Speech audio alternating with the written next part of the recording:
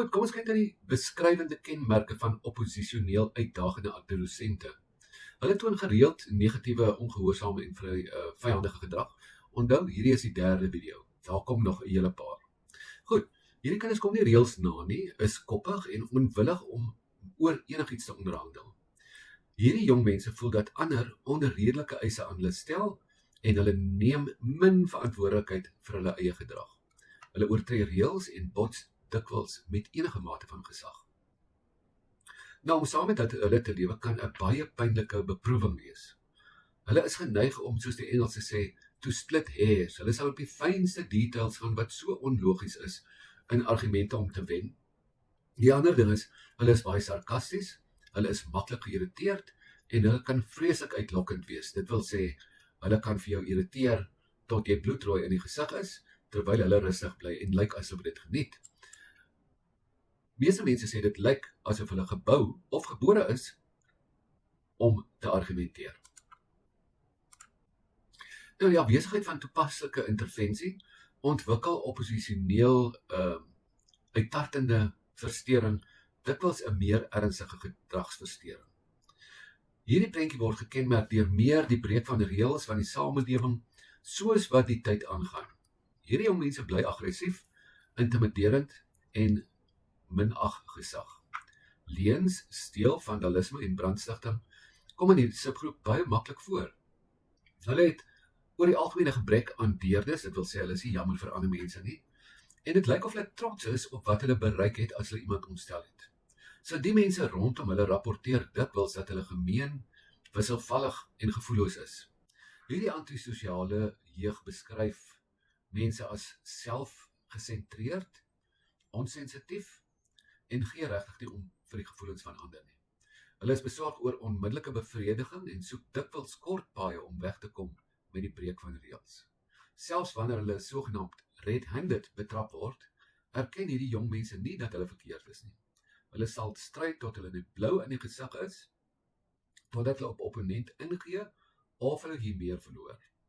Nou as dit gebeur, dan kla hulle dat die byle huil, dat hulle vriend, ouers, onderwysers, wie ook al met hulle verskil het, hulle mishandel het en verskriklik onregverdig opgetree het. Nou, ouers met kinders soos hierdie rapporteer dat aggressie vir hierdie kinders normaal kom. 'n Mens kry die gevoel dat hierdie jong mense vasbeslote is om nie saam te werk nie. Hulle eis 'n rede vir enige iets van wat hulle gevra word en probeer om ander op die verdediging te plaas. Om hulle op 'n daaglikse basis te probeer verstaan, kan baie uitputtend wees. My raad, soos wat ek vroeër gesê het, is om op te hou probeer om hulle te verstaan, omdat wat hulle doen gewoonlik onverstaanbaar is. Of dan ook onverklaarbaar. Ons verstaan nie hoekom hulle dit doen nie. En dit lyk ook asof hulle nooit moed opgee nie. Hulle hammer die hele tyd op dieselfde ding en hulle irriteer en maak jou die hele tyd net kwaader.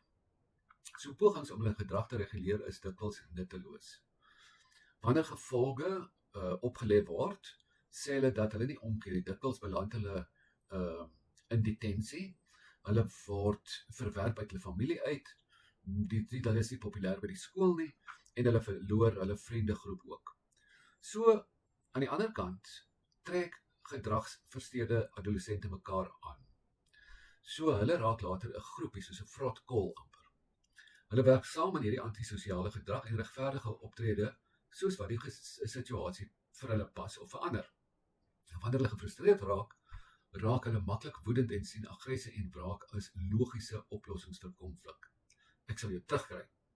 So, gedragsprobleme met of in kinderjare is ernstig en sal waarskynlik voortduur tensy die mense wat verantwoordelik vir hulle is baie sterk staan en ook dan vir hulle die ruimte gee om maar foute te maak as wat hulle sien, of om die groot ding is om nie te beklei met hulle nie. Kom ons kyk na 'n geval.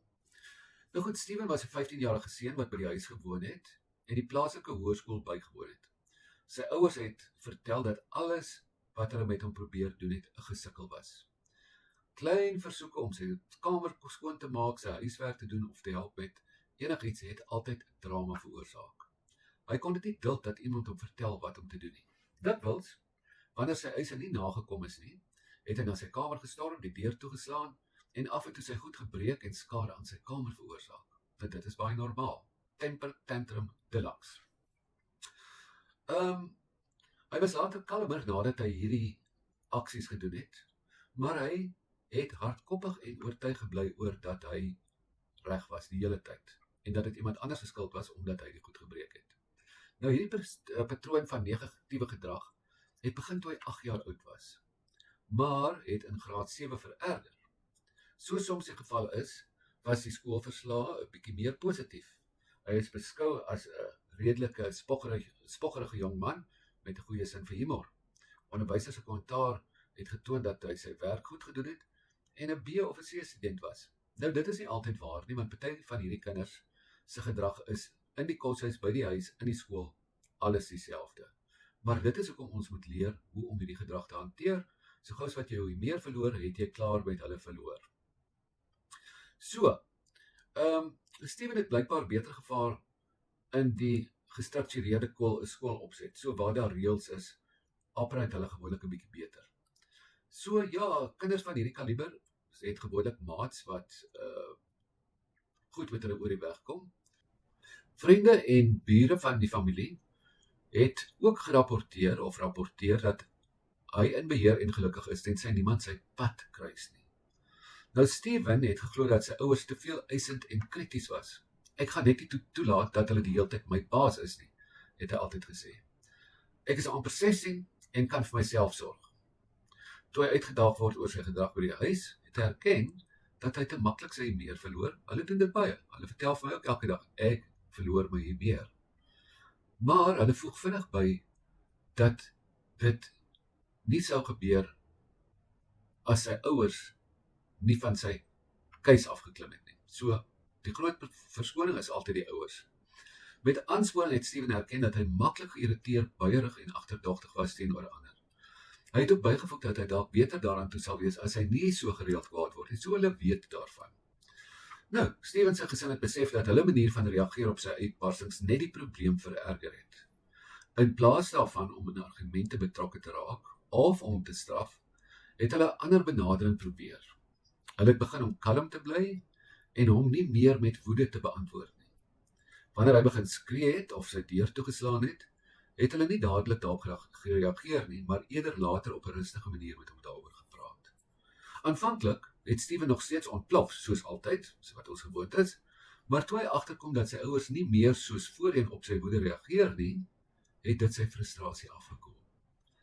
Hy het een aand na 'n rusie oor huiswerk gehoor hoe sy pa vir sy ma sê, hy moet self sy verantwoordelikhede begin neem. Ons kan nie sy emosies vir hom beheer nie.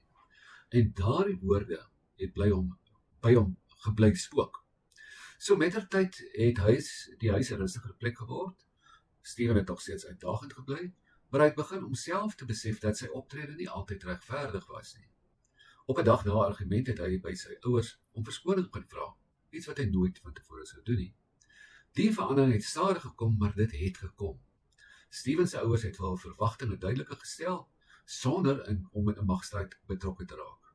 Steven het, sonder dat hy dit eers regtig besef het, begin om ook self te verander. Hy het nog steeds sy oomblikke gehad, maar dit het minder geword. Hy het vir die eerste keer gevoel dat hy nie altyd moes beklei om gehoor te word nie. En ironies genoeg, het hy begin luister. So wat is die les hieruit?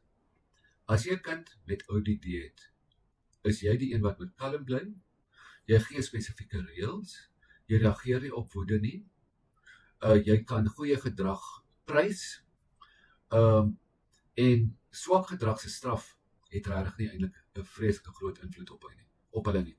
So ja, laat hulle maar 'n bietjie aangaan, vat maar net die pad, soos wat hulle sê, of least resistance. En dan is jou kanse saam met medikasie, as dit nodig is, natuurlik baie beter om hierdie stryde te wen.